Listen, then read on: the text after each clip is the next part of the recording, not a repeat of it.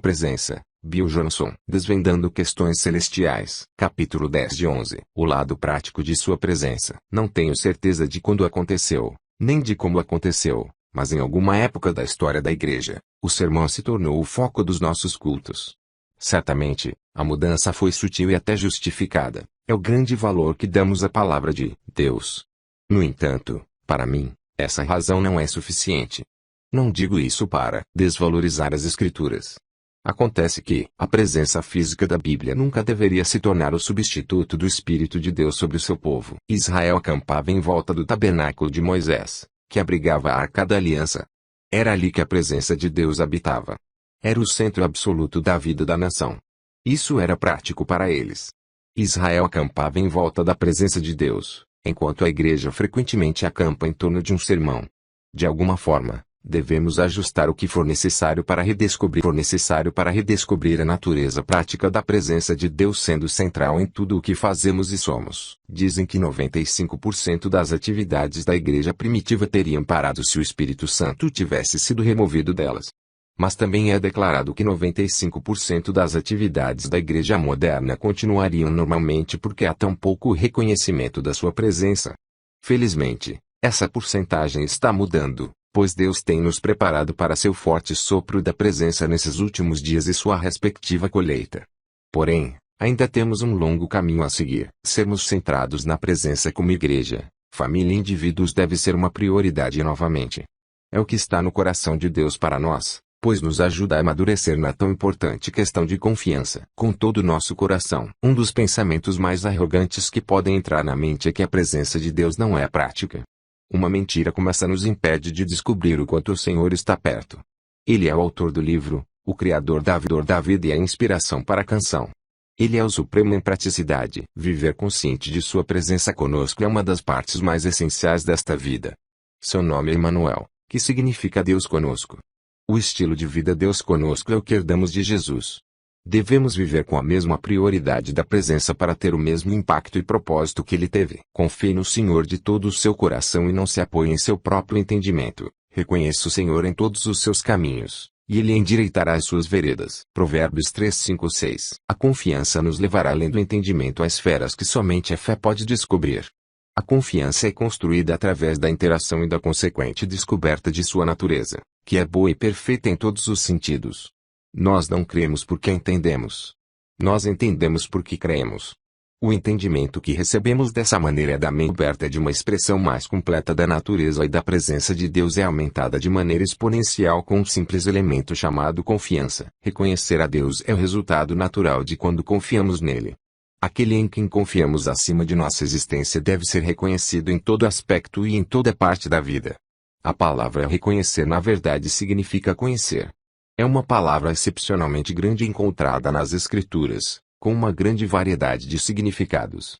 Mas, para mim, o que mais se destaca é que essa palavra frequentemente aponta para a área da experiência pessoal. É maior do que o conhecimento mental. Está além dos conceitos em si. É um conhecimento através de encontro. Aliás, Gênesis 4:1 diz, e conheceu Adão a Eva, sua mulher, e ela concebeu e deu à luz a Caim e a Quif. Obviamente, uma palavra dessa natureza é mais do que uma ideia. É uma profunda interação. A jornada à presença. A confiança torna a sua presença mais detectável. Deus se torna muito mais tangível para quem olha para ele com confiança e expectativa. Como já mencionei, minha ferramenta mais forte para descobrir a presença de Deus é o meu afeto por ele. Mesmo assim, ele é o iniciador. Ele é apaixonado pela humanidade e escolhe se aproximar nesses momentos gloriosos. Não posso imaginar a vida sem o privilégio maravilhoso de amá-lo. Ele se aproxima. Chega bem perto. Essa passagem de Provérbios 3 indica que quem confia no Senhor deve reconhecê-lo até conhecê-lo e encontrá-lo. Minha parafrase pessoal seria algo como: em cada parte da sua vida reconheça-o até que isso se torne um encontro pessoal com ele. Ele tornará sua vida melhor. Nunca gostei da ideia de apresentar fórmulas que barateiam nossa caminhada com o Senhor, e certamente não quero parecer estar fazendo isso. Entro com ele e certamente farão as coisas funcionarem melhor na vida. É uma certeza. É essencial que o autor, criador e inspiração da própria vida esteja a bordo, com nosso total reconhecimento. Muitos de nós têm buscado uma vida de fé por muitas razões importantes. A esfera dos milagres é uma delas. Milagres são agora uma parte normal de nossas vidas em quantidades que nunca achei possíveis. E é maravilhoso. Mas ultimamente tenho me perguntado se não poderíamos ir além do que temos visto na esfera dos milagres se usássemos nossa fé para descobrir a presença de Deus assim como a temos usado para alcançar vitórias. O ponto central é: use sua fé para descobrir a presença permanente de Deus em sua vida. Ele nunca nos desaponta. O resultado impressionante é aprender a viver as questões da vida com a presença de Deus. Jesus fez isso perfeitamente. A presença de Deus sobre nós nos norteia perfeitamente. Quando a bússola do meu coração descobre a presença de Deus, todas as outras coisas se encaixam mais facilmente. E mesmo que eu não tenha a resposta que estou procurando em cada área específica de necessidade, reconheço que a presença me guarda do medo e da ansiedade que bloqueia o meu acesso às respostas. A ordem divina enche a vida daquele que tem a presença como prioridade. Arrependimento profundo. A confiança é a expressão natural daquele em arrependimento profundo. A natureza dessas duas realidades é bem ilustrada no verso 1 de Hebreus 6. Arrependimento de atos que conduzem à morte, da fé em Deus. Neste versículo, vemos a natureza do arrependimento e da fé. Arrependimento de algo e fé em alguém. A imagem é a de alguém mudando de direção, de uma coisa para outra. Neste caso, é do pecado para o próprio Deus. A presença dele é descoberta no arrependimento. Arrependimento significa mudar a forma como pensamos. Nossa perspectiva muda a respeito do pecado e de Deus. Com profunda tristeza confessamos, reconhecemos completamente nosso pecado sem desculpas, e nos voltamos para Deus, em quem colocamos toda nossa confiança. Uma ilustração parecida é feita em Atos. Arrependam-se, pois, e voltem-se para Deus, para que os seus pecados sejam cancelados, para que venham tempos de descanso da parte do Senhor. Atos 3:19 e 20. Note o resultado final, que venham tempos de descanso da parte do Senhor. Nesses dois versículos vemos o padrão, a ordem que Deus criou para nos levar a Ele, a sua presença manifesta. Enquanto éramos pecadores, Deus nos escolheu para conhecê-lo de maneira que pudéssemos ser totalmente restaurados ao nosso propósito original. Viver em sua presença sem se hospedá-la. Ou andamos em arrependimento ou precisamos nos arrepender. O arrependimento é um estilo de vida de estar face a face com Deus. Se não temos isso, devemos voltar. Devemos nos arrepender. Oração no Espírito Santo. Neste livro, focamos dizer que a presença de Deus é descoberta em oração. E apesar disso ser uma verdade óbvia, muitas pessoas aprendem a orar sem a presença, pensando que Deus está procurando a disciplina delas. A disciplina é uma parte importante da caminhada com Cristo, com certeza. Porém, o propósito do cristianismo nunca foi ser conhecido por suas disciplinas, mas por suas paixões. A oração é a expressão suprema do relacionamento com Deus. É a aventura de descobrir e orar de acordo com o coração dele. Muitos passam a vida orando a Deus, enquanto poderiam estar orando com Deus. Essa parceria, com suas respostas e vitórias. Edifiquem-se, porém, amados, na santíssima fé que vocês têm, orando no Espírito Santo. Judas 1:20. Orem no Espírito em todas as ocasiões, com toda oração e súplica. Efésios 6:18. Quem fala em língua a si mesmo se edifica. 1 Coríntios 14:4. Quando fazemos orações ungidas, oramos de acordo com o coração de Deus. O coração dele está sendo expresso através de palavras, emoções e decreto. Encontrar o coração de Deus é uma maneira certa de se encaixar em sua presença. O privilégio de trabalhar junto com ele é uma parte da missão dada àqueles que se doariam para hospedar bem sua presença. Orar em línguas nos edifica e fortalece. Nesse tipo de oração, a presença de Deus nos lava para nos trazer grande refresco. Eu acho um pouco triste quando as pessoas enfatizam que as línguas são o menor dos dons, o que parece lhes dar o direito de ignorá-lo ao buscar somente os maiores dons. Se algum dos meus filhos pegasse o presente que eu lhe dei de aniversário ou Natal e recusasse abri-lo porque o considerou de menor valor do que os outros, ele iria ouvir de mim um sermão que não esqueceria tão cedo. Qualquer dom que vem de Deus é maravilhoso, glorioso e extremamente necessário para viver em seus propósitos plenos para nós. Esse dom em particular é brilhantemente eficaz para viver na presença continuamente. Expressão criativa. Um dos grandes mistérios da vida é ver os descendentes do Criador mostrarem tão pouca criatividade na igreja e na vida em geral. Eu não acho que essa carência venha de pessoas que gostam de ficar entediadas ou gostam de controlar tudo. Geralmente, Vem de um desentendimento sobre quem ele é e como ele é. As pessoas muitas vezes temem tanto estarem erradas que não se atrevem a tentar algo novo, pensando que irão desagradar a Deus. Se mais pessoas descansassem em sua bondade, nós provavelmente propagaríamos uma imagem mais correta do Deus que nunca é chato. Ele ainda é criativo. E é da nossa natureza sermos também. Durante meus tempos de oração, tenho que ter papel e caneta comigo por causa das ideias que tenho enquanto oro. Eu costumava pensar que era o diabo tentando me distrair enquanto eu orava. Isso acontecia porque eu media minha oração pelo tempo que passava numa conversa em que só eu falava. Deus mede a oração através do tempo que passamos em interação com Ele. Tempo na presença do Senhor libera ideias criativas. Quando passo tempo com Deus, lembro-me de ligações que preciso fazer, projetos que já havia esquecido há muito tempo e coisas que havia planejado de fazer com minha esposa ou meus filhos. As ideias fluem livremente nesse ambiente porque é assim que Ele é. Tenho ideias em sua presença que eu nunca teria em outro lugar. Disseram pessoas que precisam ser reconhecidas vem todo nesse momento de troca de comunhão entre Deus e o homem. Devemos parar de culpar o diabo por todas essas interrupções. Muitos de nós enxergam um diabo muito grande diante de um Deus muito pequeno.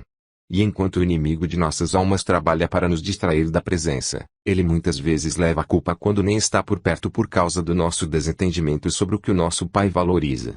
Quando nos damos conta de que muitas vezes é Deus interagindo conosco, podemos aproveitar muito mais o processo e agradecê-lo por preocupar-se com esses detalhes de nossas vidas que às vezes consideramos pequenos demais para seu envolvimento. O que importa para nós importa para Ele. Essas ideias que são o fruto de uma conversa de mão dupla. No entanto, a fim de não deixar o privilégio da interação com Deus para fazer outras coisas, eu escrevo essas ideias no papel para que eu possa retornar à minha adoração e comunhão com Ele. As anotações que faço me dão direções que eu posso checar depois. Pelo fato de Deus estar repousando sobre nós, devemos esperar novos níveis de ideias criativas para impactar nosso mundo. Ao falar de criatividade, não estou me referindo apenas à arte ou à composição de músicas. Criatividade é o toque do Criador em todas as áreas da vida.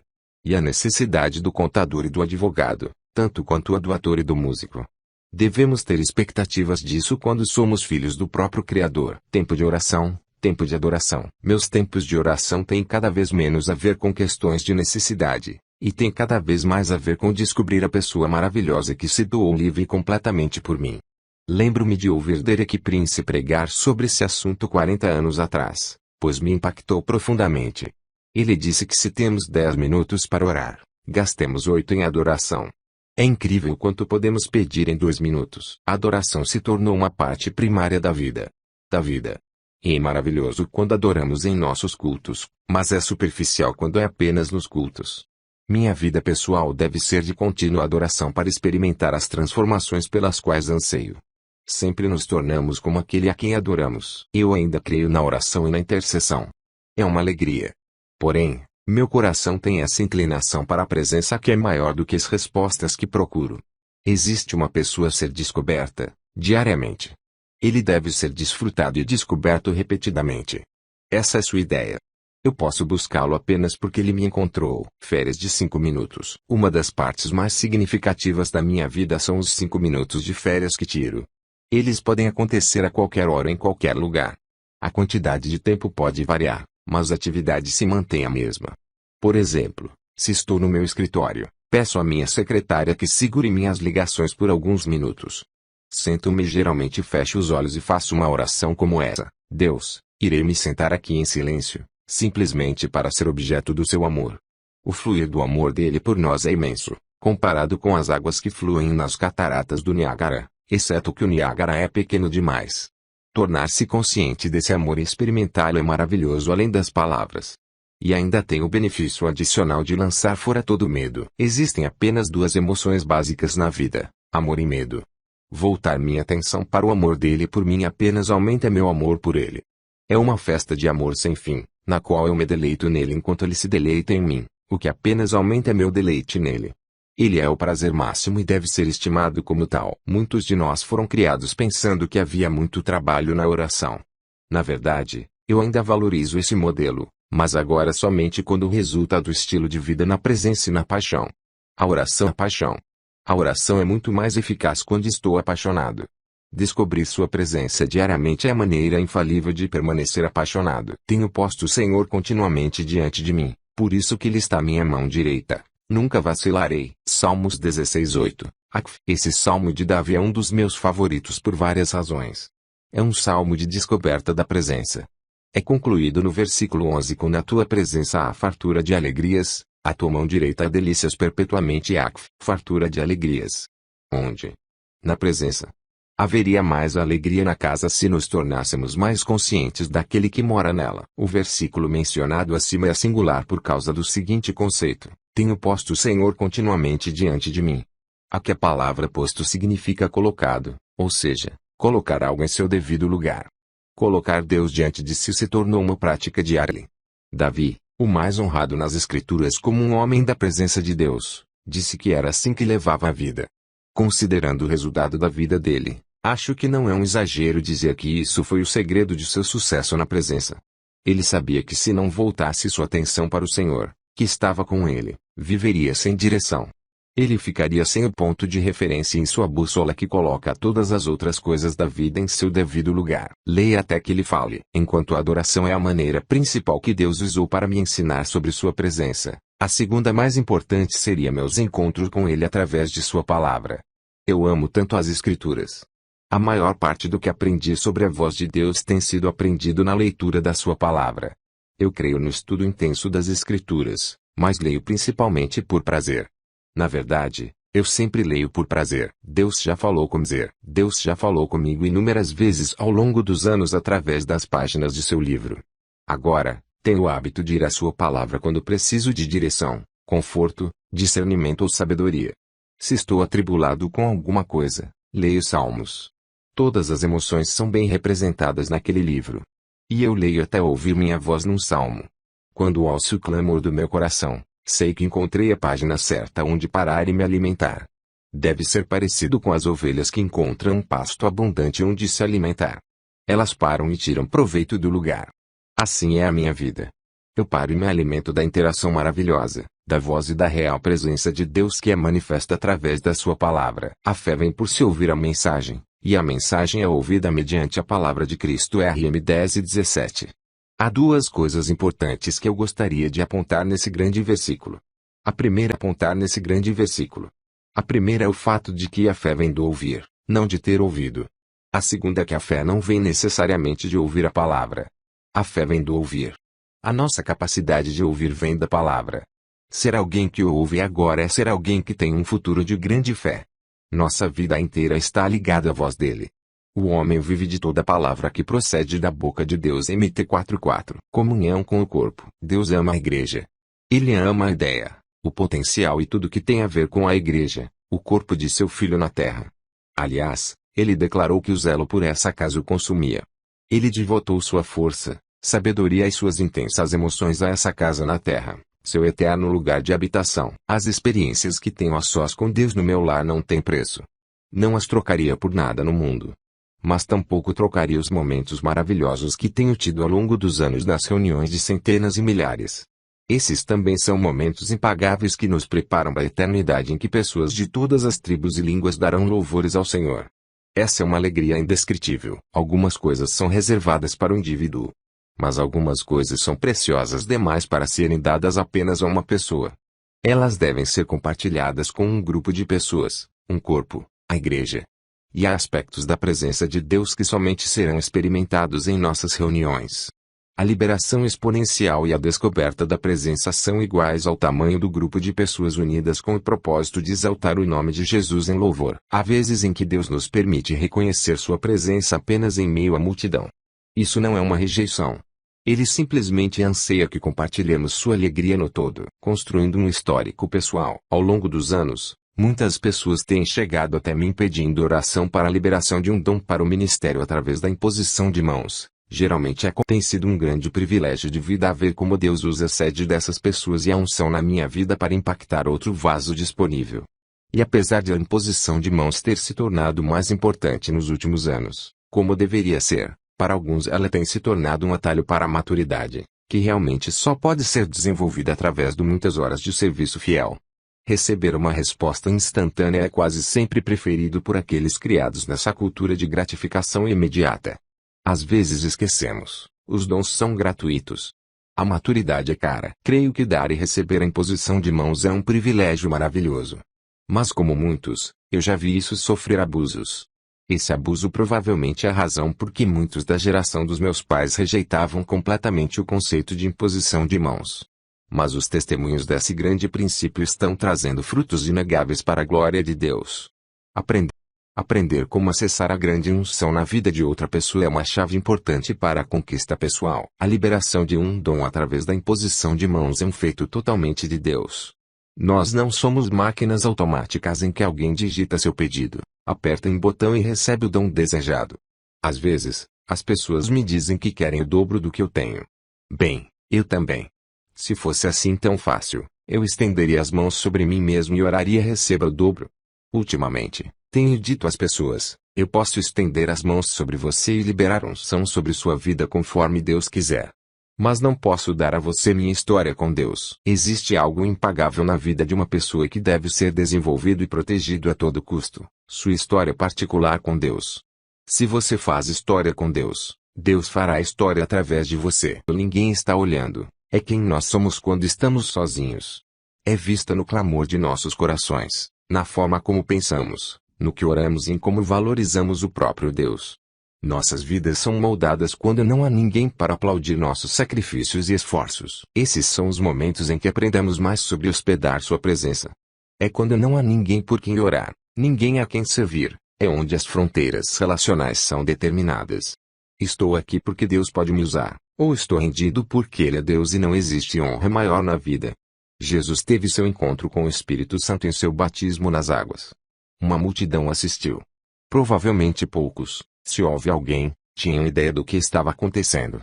Entretanto, era nas noites no monte, quando ninguém estava vendo, que suas grandes conquistas aconteciam. A história foi feita nele antes de a história ter sido feita nele. Ele amou o Pai antes de poder revelar o Pai. Final do capítulo 10 de 11. A presença, Bill Johnson. Bill Johnson.